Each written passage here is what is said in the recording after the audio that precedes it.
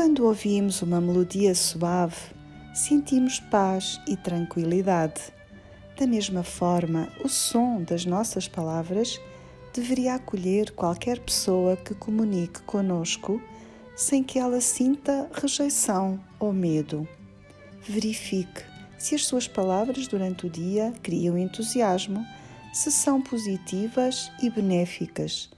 Assim, irá manter uma atmosfera harmoniosa à sua volta e será amado por todos.